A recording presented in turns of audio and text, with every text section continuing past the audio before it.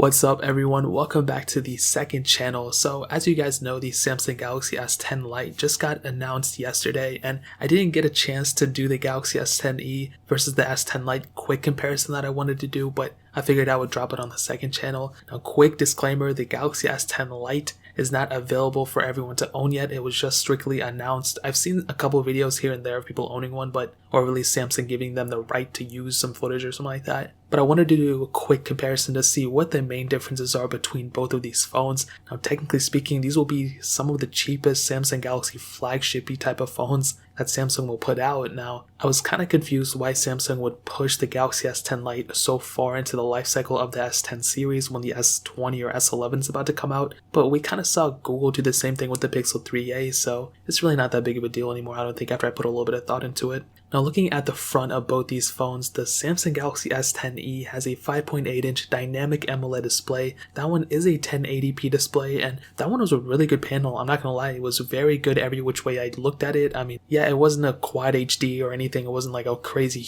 cool looking panel, but because it was smaller, it didn't really look too pixelated. The PPI, the pixels per inch density, was actually pretty high, but the Galaxy S10 Lite has a 6.7-inch full HD Super AMOLED display. They both have Infinity O displays, but the Samsung Galaxy S10 Lite is in the center. But the S10 Lite will be not only a bigger phone than the Galaxy S10e, but also the Galaxy S10. I mean, that's pretty crazy. We don't really see light or budget phones being bigger than the actual phone itself, than the flagship phone, so it's really weird. That resolution on that panel is 1080p by 2400.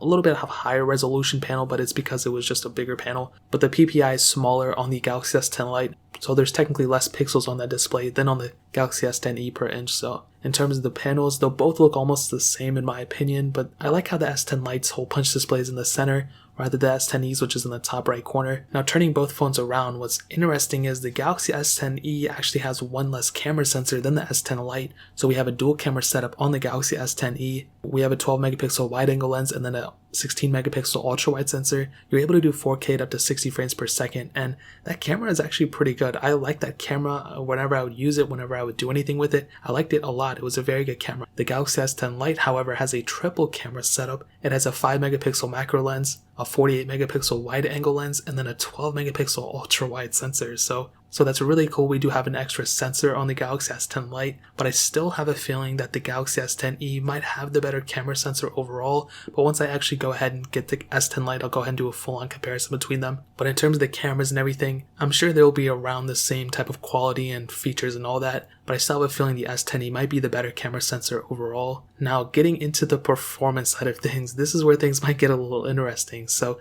the Galaxy S10e had the Qualcomm Snapdragon 855 chipset, an octa-core CPU with 6GB of RAM on the base model and then 8GB of RAM on the top tier model. And the Galaxy S10 Lite follows the same exact thing. You know, it has the octa-core processor. We don't know yet whether it has the Qualcomm Snapdragon 855 or another chipset. We really don't know yet, but people are suggesting that it is getting the 855, and the RAM is the same exact way. We either get 6 or 8GB of RAM, whether you want the base model or the top tier model. However, one thing that we are noting is that there's only a 128GB storage model, but there is probably a microSD card slot on it, so it shouldn't be that crazy of a deal, so at least that's a good thing. Now, ending it off with the battery life and the battery size mostly. So the Galaxy S10e had a 3100 mAh battery, and that battery life was it was pretty average. I think it was a little bit above average, but it wasn't anything crazy. The S10 Plus had a pretty good battery life. The S10 had pretty decent battery life. The S10e was okay. The Galaxy S10 Lite, however, has a 4500 mAh battery, which is insane that a phone of this caliber, the cheaper phone of the regular S10, has a bigger size battery than the standard models, which doesn't make much sense to me. But it does have a way bigger battery size than the Galaxy S10e, so between battery life, the Galaxy S10 Lite will have the bigger advantage. So to kind of sum up this quick comparison, should you wait for the S10 Lite to be fully announced, or should you pick up a Galaxy S10e? Well, we don't know what the price yet is of the S10 Lite. People are estimating that it's going to cost $499 or something like that, or $599 even, which will still technically be cheaper than a brand new Galaxy S10e, but you can pick up a used S10e for like $400, even less than $400 in the used market. You can pick up a standard S10 for less than $400, so I'd probably recommend you, if you need it right now, you can pick up a Galaxy S10e in the used market for like $400, less than $400, or you can always wait for the S10 Lite to come out or wait for more details to come out for it. It never hurts to wait for a phone, especially when you know it's about to come out. So that's kind of what I would suggest at this time. But that is pretty much it, guys. If you have any other questions or anything, leave it down in the comment section below. Hit that like button, that would mean so much, but definitely hit that subscribe button. Every single subscriber that we get really does count, so it means so much if you guys can hit that. Also check out the other links down in the description as well. My Twitter, my Instagram, my main channel, all those things are linked down below. I'd really appreciate if you guys could check it out. But more importantly than everything else, I love every single one of you guys. Hopefully I'll catch you guys in the next video. Peace out till then.